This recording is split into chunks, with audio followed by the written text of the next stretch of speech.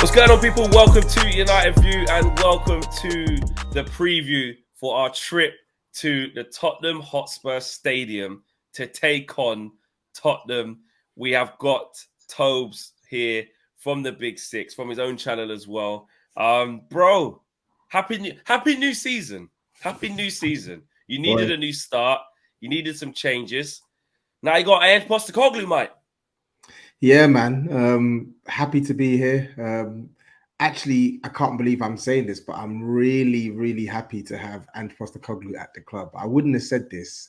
Yeah, I wouldn't have said this. I know you would not have said this before. But man, oh man, I'm really happy to have him at the club, man. He's just a breath of fresh air in it, man. And like you said, there's been a lot of change, but I'm hopeful that he can help us usher in that change positively. Yeah, and you know what? I've seen some of his presses and stuff, and look, when Jesse Marshall's here and people doing the Ted Lasso, a bit rude and just doing the cliche American thing. However, though, I spent quite a lot of time in Australia over the last couple of years with following United on tour. I love Australians. There is something about him that is quite cheeky, quite funny. Very charismatic. It's not shopping list, mate. Don't know, mate. Yeah. Like, he's just funny. I've watched a couple of presses. I'm like, he's actually a character. He's a proper character. Yeah. He's very charismatic. I feel like I almost want to watch and either watch or read his transcripts, because it's like he's straight talking, right? He's not about the fluff and stuff, but he's also determined to be a success at Spurs. So I can't want more than that from our manager. Yeah, for real. And right, so let's get into this game, because this game's annoying. This game's annoying for me because a couple of reasons. One, obviously, our display against Wolves was shit. It was awful, absolutely awful. Holes all over the midfield. Yeah, should have lost the game, or at least Wolves should have got something out of it. And we were very lucky to win that game. And so that's one thing, and that's like a carryover from pre-season because it wasn't the best. And the second reason why it's annoying is that our first away game is away at you, where it's your first home game under Ange. The crowd's going to be up. I've had a look at you. I watched 90 minutes, the game against Brentford. I watched all of it to get a little feel for Spurs. And you can see what he wants to do. They're on it. They're on the front foot. They're going after teams. Basuma's been unlocked. Maddison buzzing about, trying to make things happen. But there's still some Spursy things in there because he can't change everything in one thing. So I see Romero went off. Obviously, you got to go to Sanchez. He's still got Romero, even though he scored. Emerson, even though he scored, he's still there. But you know what I mean? There's some Spurs things in there, but there's also some positives, which I did see. And they're going to be at it. They're going to be at it in this game. And let's just go straight into it. How do you see this game going, and what are you expecting from your team? How do I see this game going? I feel like it's gonna be a very open game of football. I really think it's gonna be open. I feel like we're obviously, like you said, we're obviously gonna try and dominate possession as much as possible. We're going to try and squeeze you higher up the pitch, just as we have done in pre-season, no matter who we're playing. So we're going to take risks, right? We're going to take risks.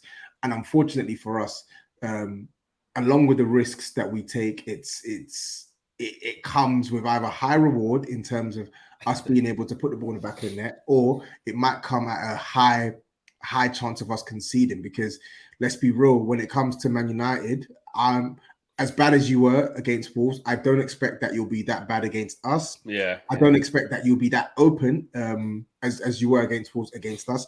And I feel like your threats in transition are significantly better than Brentford on the weekend, right? So I feel like, yeah, it will be an open game of football, be an exciting game of football, but I'm confident, man. I feel like it's about time we beat Man United at this ground. Yeah, beat us for a hot minute. Yeah, beat us there. We've never won. We've never won against Man United at this new stadium. It's pissing me off, man. So it's weird, isn't it? Yeah, it's weird. It's weird. And even last year, that pissed me off as well, because Ryan Mason was in the job. It was all Levy out, banners out. Your fans didn't even want to be at that game. We're 2-0 up at half-time. Everyone's booing inside the stadium. I was thinking, lovely, look at this. Get your banners out. Get your Levy banners out. Come on. And typical Man United, I know, we'll give Tottenham something to shout about. We'll let their fans get happy. I was, honestly, that day, I was fuming. Absolutely. Because obviously we were waiting at the time to just, sort out top four, just secure it, And we just kept fluffing it. And to go to Spurs, who were down and out then, and give them confidence. But like you said, our record is good there in general. Look, for me, I think it's going to be interesting to see what Erik Ten Hag does, because he's got a few options in terms of that midfield. He could say, you know what? I can't have that. That was ridiculous. I tell you what I'm going to do. I'm going to put Bruno out on the right. I'm going to bring in a McTominay or an Eriksen and play them with Mount and Casemiro in midfield. Yeah. Or I'm going to put Mason Mount out on the right and bring in a McTominay or a Casemiro next to Bruno. Or he could say, well, it could be a bit of a bad precedent if at the first sign of adversity, I changed that midfield because it didn't work. Yeah. So I got my principles. I know what I want to do. They just didn't implement it right. So actually, like you said there, let's be more compact. Let's not be so open. Don't leave them distances for Casemiro to cover. Tuck in a little bit. I know we want to do this 2-8s and 1-6. Casemiro is not that guy that can marshal that level of space. He's not a Kante, he can get around everywhere and got mad legs. He still needs a level of protection, and then he can do his thing. So I think Ten Hag will probably go the same, but the way it's implemented will be out of when we don't have the ball. Listen, stay close, stay compact. And also when we do have the ball, which killed us, because if you are going to have 2-8s high up, the turnovers, we were just losing the ball in crap areas high up the pitch, which in transition, you're in big trouble. So I think he will go with that. But I think from a Spurs perspective, what I saw against Brentford was a team that, like you said, wants to be on the front foot and just saying, go after the team. It looked weird. Because I'm used to seeing the back five, stinking it out. And I was like, rah, like they're going after Brentford. They're going after him. And of course, like you said, the high risk reward thing, etc. Brentford, you conceded a lot of chance. I think when Romero had to go off because he got the concussion thing, you go back to Sanchez and Van der Ven. Then it's like, okay, we're not at our full strength already. That's not Ange's fault. I think Basuma, listen, he freed him up. He's freed him up now. He looks balling, man. Yeah. That was a problem. And then you got Maddison. He got 2 assists in that game. Deliveries, free kicks, corners. And obviously, in game, he set through Richarlison. Richarlison didn't score, should have. I plus the crowd. First home game with Ange. We always get the new manager bounce. Always us. Always us. I need that, man. This is it, because we're like, obviously, there's I'm not sure if you're aware, but they've sent, because where my seat is, right, for my season ticket, it's in the South Stand. So the South Stand is normally where we do the tifos, where we do the displays, right? So they sent out an email. They sent out an email yesterday to every single person in the South Stand saying there's going to be a display. Welcome to N17, etc., etc. So we're going to make that place a cauldron. We're going to make that place a cauldron for the new manager. So we need to try and like push the team as much as possible, because I badly need 3 points. I need 3 points, man. I need it. I need that. Yeah, you do. And that's, you know what? It's weird because I don't want to be pessimistic, because, we've got Onana now. He completely transforms us. Mason Mount is a work in progress. I have had my say on this. Don't know if you've seen, but a lot of Man United fans aren't sure on him. A lot of Man United fans, the Hounds are already out after one display where the whole team was crap. I didn't agree with that. But the question marks are there for whether he's going to be a success or not. And obviously we got Højlund, but he ain't ready yet. And I'm like, there hasn't been enough evidence yet to suggest that we've changed our mentality in terms of these away games, because last year it was a big problem for us away from home. Absolutely dreadful. We only lost 1 game at home last year, absolute back to a fortress at Old Trafford. But away from home, battered against Liverpool, battered against City, battered by Newcastle. We should have been more. Rinsed by Aston Villa on the road. Beaten by Brighton. Beaten by West Ham. Do you know what I mean? The list goes on. Should have beat you, but didn't. Should have beat Chelsea, but didn't. I don't know if you should have beat us, because we had a lot of chances that game. Actually, do you know what? Actually, do you know what? Do you know what? I only think we should have beat you last time because of the way round things. Yeah, 2-0 up. As far as I'm concerned, you're 2-0 up against a struggling Tottenham side at half-time, by the way. Yeah, where everyone wants Levy out and everyone was booing the players in. I boycotted that game. I didn't go. Genuinely, I didn't go. I didn't go. Madness. So to let them come out the changing room with Ryan Mason go, come on, lads, there was actually chance because there was. Richarlison was clean through, he squared it, should have shot. I remember a point blank save from De Gea. It was a weird game, and even at 2-1, Bruno went straight through and missed from 6 yards and hit the crossbar. Would have been 3-1. So like I think we should have won considering the circumstances of the game. But after that, it was all Spurs and we were hanging on. So yeah, I agree. But that makes me uneasy that it's an away game. And I'm looking to us to say, all right, have we changed? Do we have anything different? Team news, though. It remains to be seen, though. It does. Yeah, it does. It's too early. We don't know. And that's what worries me. That's exactly I think the worst thing we can do as Spurs fans is judge how this game's going to go because of how bad Man United looked last week. Definitely. I think that's the worst thing. Listen, like, don't get it twisted. You were awful, absolutely awful. But there were a lot of things that weren't to their normal standards. Lisandro wasn't as good as he normally was. Casemiro was left alone versus 3 players. Marcus Rashford wasn't playing wide left. He was playing in the centre, which is nowhere near as effective. You've got Mason Mount, who's a new signing, who's just, listen, he was awful, but it's his first game. So, like, there's a lot of things that went against Man United. It's not an excuse, but there's a lot of things that you would expect. You wouldn't expect to see in a normal Man United performance. So we just need to treat this game as if you guys were hot in form and you were playing the best football on earth, etc., etc. I would still back us to win, but we need to take this game seriously. Like, we can't expect that version of United against Wolves is the same version that's going to play against us. It's never going to happen. No, it shouldn't be. I'll be devastated if it is. I'll be shocked if it is. I need it. You know what I'm saying? Yeah, if that happens. If we turn up like that, we'll lose 3-0. Easy. Easy. I do look at it like from us, it's like we got, like you said, you're saying there's tifos out. Everyone's gonna be loud. It's his first game at home. We got to control that narrative. We got to try and be on the ball. We got to be trying the front foot, get you putting it out for corners and throw-ins and having some possession in your half. It can't be you just a high game of turnovers where you're on the break. You've got Son running in this side. You've got Kulusevski getting involved. Basuma's breaking up play, then going with it.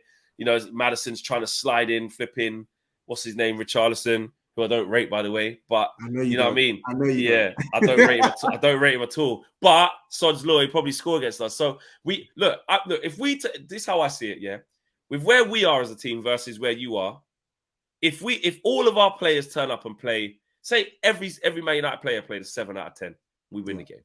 We win the game. Obviously, it's easy to say that, because we probably won't all play 7 out of 10. But on paper, if we have the games that we should do, man for man all across the pitch, I think we're a better team than Tottenham. But I do. Of course we are. Don't be silly. Of course we are. You ain't got to play a better than Maddison for me. Sorry. Of course we do. No, you don't. Of course we do. No, you don't. Bruno Fernandes is a very good player, but he's not better than Maddison. Mason Mount is certainly not better than Maddison. Of course he is. Mason Mount is better than Maddison. Of course he is. You're gonna say this. Mason Mount is better than Maddison. Listen, Maddison does the assist thing, buzzes about on the ball. Listen, Maddison's got the strut. He's got the little walk. Yeah, he's got the little back. Listen, Mason Mount's big man.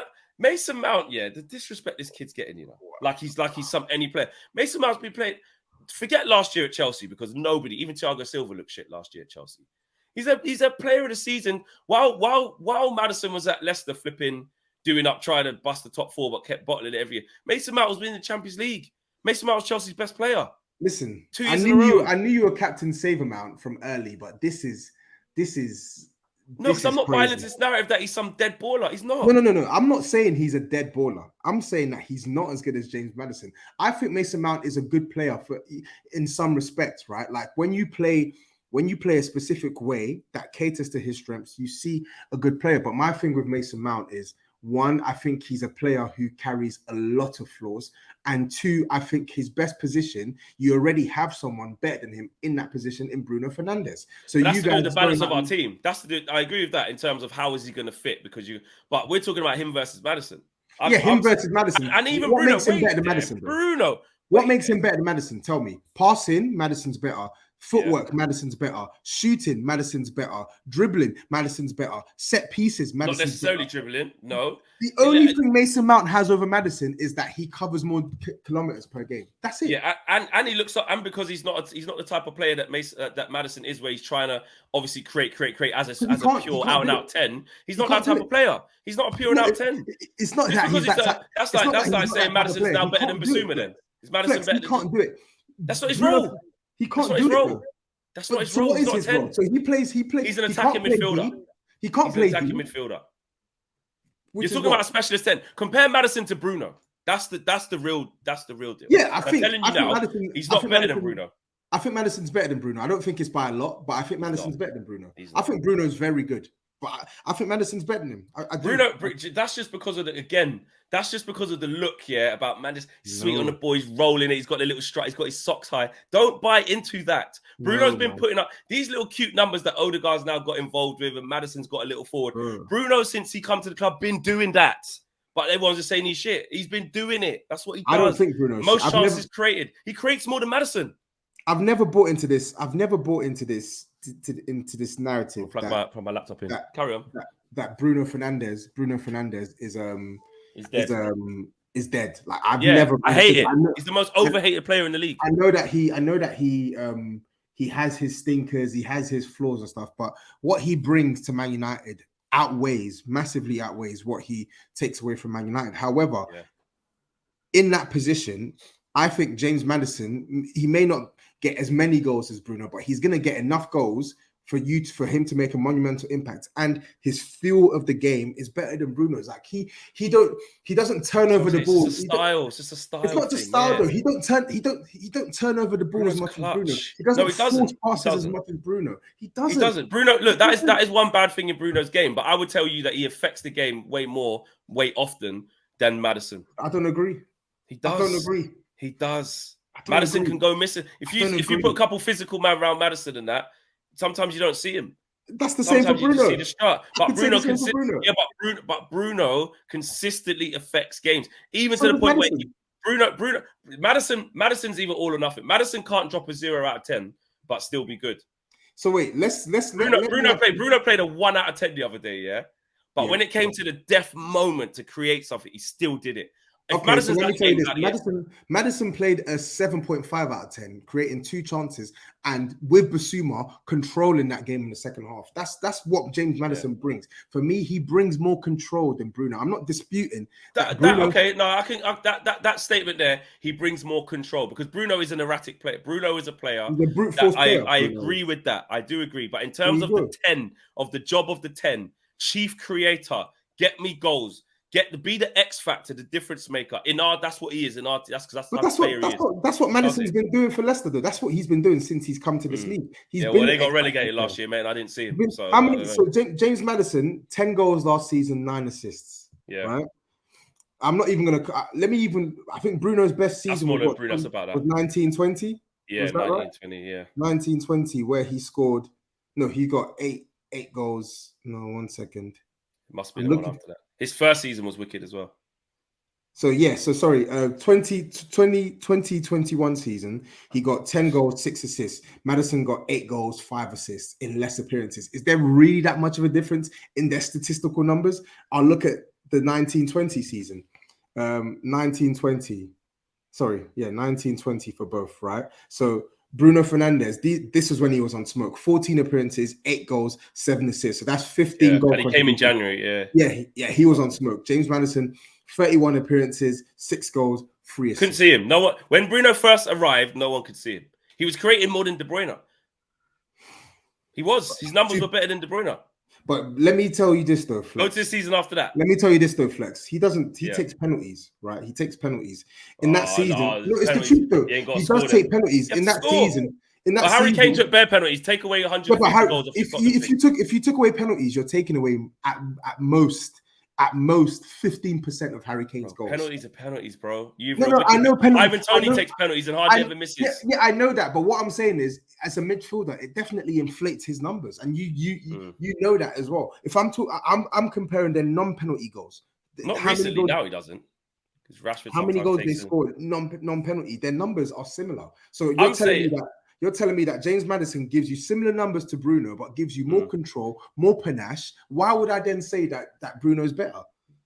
Because Bruno is better than Maddison. Nah, man. No, he's better than him. He's better than him. But do you know what though? This actually started with you saying all over the pitch. All right, we've just spent 10 minutes deliberating one player. There ain't many more you can do that with. Because I'll tell you what, the rest of the team's shit. Because if you're talking about this Mickey van der Ven, whatever his name is, I've not mentioned him. Yeah, he's just. That's what I'm saying. If you're talking about flipping Romero, he ain't better than Varane and he ain't better than Martinez. Okay. Yeah, you can say in the World Cup he started, but I don't care. He ain't better than Martinez, and you know it. You know it, yeah? Fine. Right back, Emerson Royale is not even better than Brandon Williams, yeah?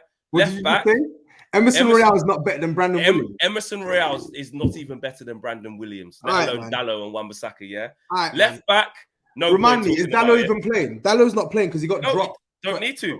Wan-Bissaka's doing better than him, but Dalot's still better than Emerson Royale. Pedro Porro. About the same.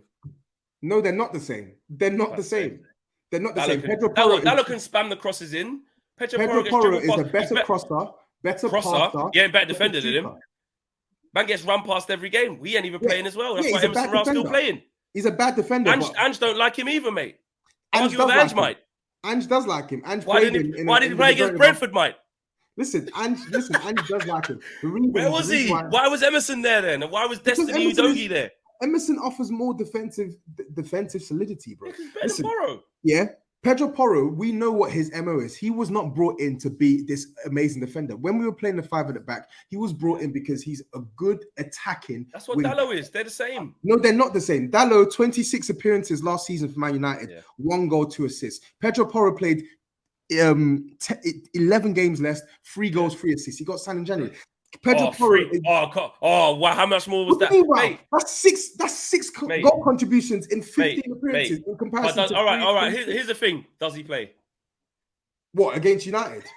Yeah, he's not gonna play because we can't play him. If he's that good, why is he not playing? No, he's that good attacking wise. Defensively, yeah. So why is he not playing? If he's that good attacking wise, you're gonna beat Man United that yard. You're on the front foot. You're gonna go crosses. Why is he not playing? I promise you, if we're chasing the game and it's 1-1 in the second half, you will see Pedro Porro come on to the pitch. That's where we can need him. When we're trying to get our foot into the game, right? We need Emerson more than Pedro Porro in this situation. I'm not disputing that. I'm not disputing that's for your team. I'm talking about my right backs versus yours. They're better. Dalot is not good. Dalot is not better than Porro, and I feel like Emerson Royale. Better than Emerson Royale. Emerson Royale is the same thing as Wan-Bissaka right now. There, I said it. He is. They're both. Yeah, he is. Toby, I would even say Emerson Royale is better on the ball than Wan-Bissaka. Wan-Bissaka is a better 1v1 defender, and Emerson Royale is better on the ball. Yeah, I said it. I'm just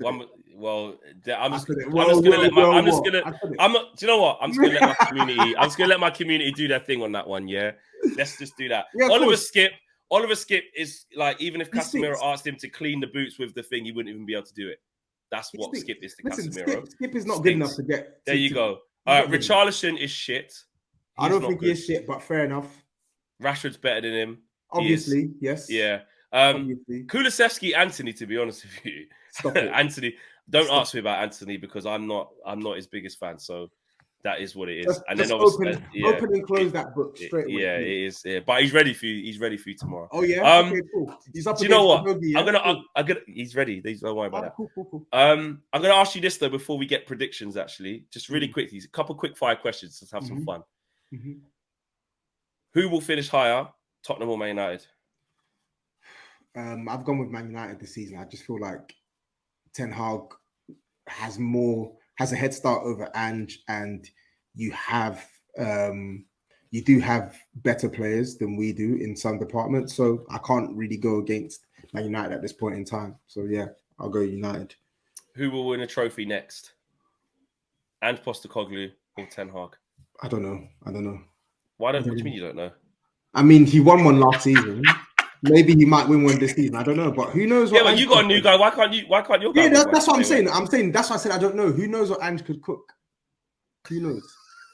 Why does it feel like you don't really believe that though? I believe it. I believe it. Screw it. I'll say Ange there. All right. One player you'd take from Man United and put him in Tottenham. Marcus Rashford. You rate Marcus Rashford? Yeah, highly. He's quality. Cool. One player good enough for Spurs to play for Man United. Well, I think we know who that is now. Maddison. Yeah, Easy. I knew you'd say that. Okay, all right. Predictions. It's all said and done now. We've both cussed out each other's players. Mm-hmm. We've both spoke about the strengths of both teams, what we're worried about, what we're expecting from our teams, what we're scared about, etc., etc. Toby, prediction at the Tottenham Hotspur Stadium.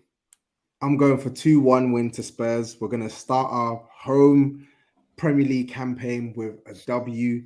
Ange's first official home Premier League match is going to begin with a W. The last time we played a Manchester-based club in our first home game of the season, we beat them 1-0 to Man City without Harry Kane. So now, without Harry Kane, I'm saying it, we're going to beat Man United tomorrow.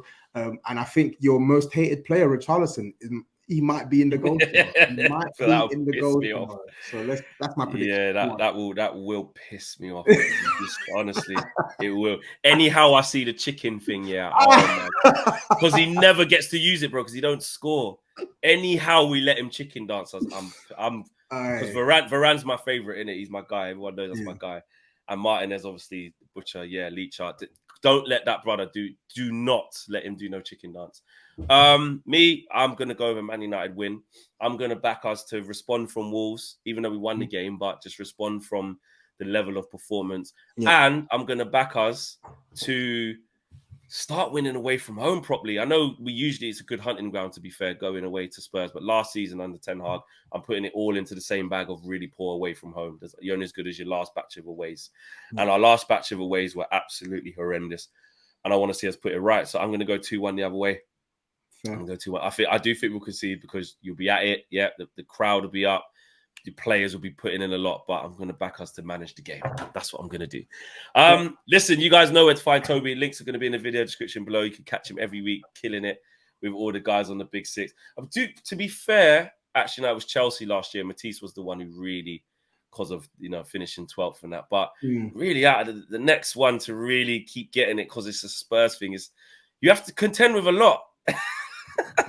On the Big Six, you have to contend with a lot, bro. It's tough, man. It's tough. But sometimes you got to tussle, man. You see me. I'm a tussler. Yeah. If there's one thing I'm a tussler, and you never back down. I do respect that. You never back down. You never back down.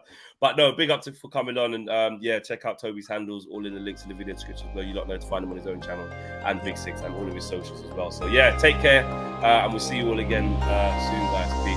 Peace.